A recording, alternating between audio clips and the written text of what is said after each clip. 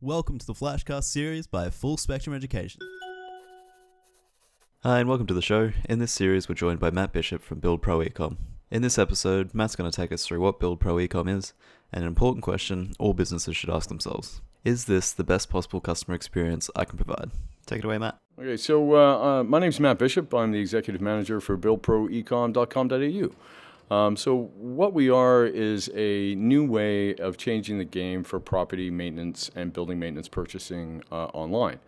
So the idea of BuildProEcomm.com.au derived from working in a property management space for a few years, and then understanding the nuances of property maintenance and how that's purchased through real estate. So I'll give you the traditional model of building and maintenance purchase from a property manager is generally the repair request comes through from the tenant. The tenant gets, the property manager then sends it out to the owner to approve for quotations.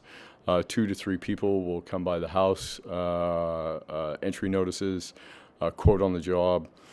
Different contractors, for example, might have a different repair method, so you're not always capturing sort of apples for apples and orange for orange quotations. And then taking those, sending those over to the owner of the property, getting those approvals, and then sending the trades out to go then make those repairs. So we looked at it, especially during COVID. You don't want all those people trudging through the house, nor upset the tenants with having all these different entries. So the idea was to create an online platform or an e-commerce platform where people could purchase building and maintenance online and know that it's there at a singular price point. So, for example, your binding back door.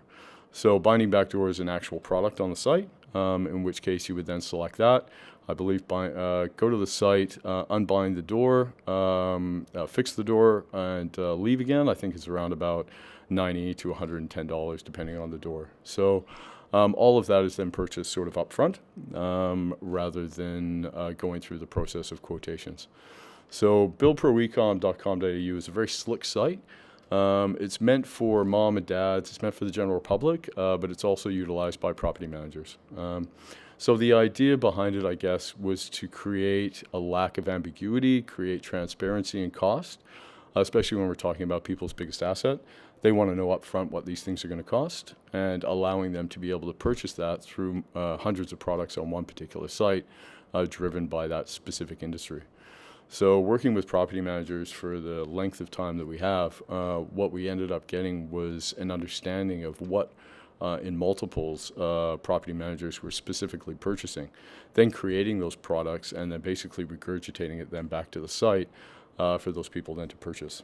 So, but the site itself works for mom and dads. It works for self-managed landlords, facility managers, restaurants, and it also works for insurance clients that are perhaps the damage cost is underneath the excess in which they pay. So in which case then you can go onto the site, purchase mold remediation, ceiling and cornice, repair and painting, and know that the price then is then underneath your excess.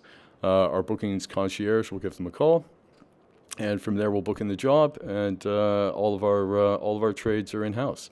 So the neat part about BuildProEcomm.com.au is we're not a subcontracting platform, and we're not a middleman. We're an actual building company. We've got 70 trades in Southeast Queensland, and we're backed by one of the largest builders in the country, being AJ Grant Group. So we're able to control quality customer service. We're able to control cost. We're able to control the time and the quality in which you're being able to drive that service. So currently we've just launched 2 weeks ago to the general public, and it's going pretty good. So BuildProEcomm.com.au. So I've done I used to do a speaking tour a few years ago, and the subject matter really was, is this the best possible customer service experience that you can provide? Is actually the correct answer to every question that's ever been asked in business. And I can really relate this through many different industries. When I was going to college as a young man, I also worked as a waiter, worked as a bartender. I've worked in building and construction industries and sales. And the idea of driving good customer service value isn't something that's always inherent. It's something that you can teach, but if you don't have, you generally don't have.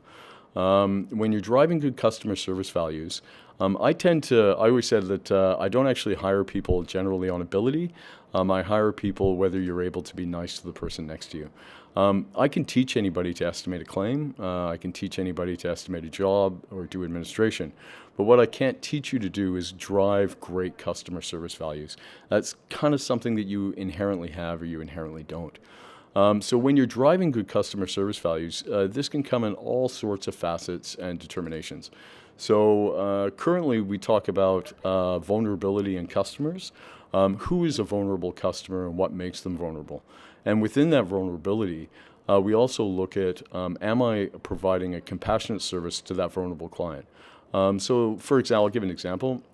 If we're doing construction works to a property and the lady at the house happens to have a child of autism, loud noises, big bangs, bits and pieces, bright noises, that type of thing is generally disruptive. So being able to provide them a level of service that allows us to be able to get the job done, but also allows her the compassionate service to be able to manage with living in her space. That's something that isn't generally inherent in the building industry. When you listen to your customers and you provide great customer service values, then really it's about the old saying, take care of the pennies and the pounds take care of themselves.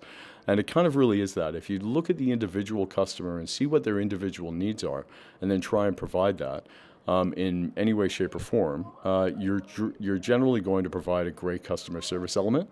So coming from North America, I'm from Canada, and I'll give you an example. I was working in a restaurant once, and a table of four, a lady had said to me, she goes, I walked over, it was a burger joint. I said, oh, how's your burger? She said, I really don't like it. I was like, oh, okay, no problems. Was there something specific you didn't like? Can I get you another burger? She's like, you know what? I really just didn't like it. Now, the other three people at the table happened to enjoy their meal. They were having a good time. I offered them some free fries, some refills and drinks. And I took the burger back to the chef, and I said, listen, the customer just doesn't happen to like it.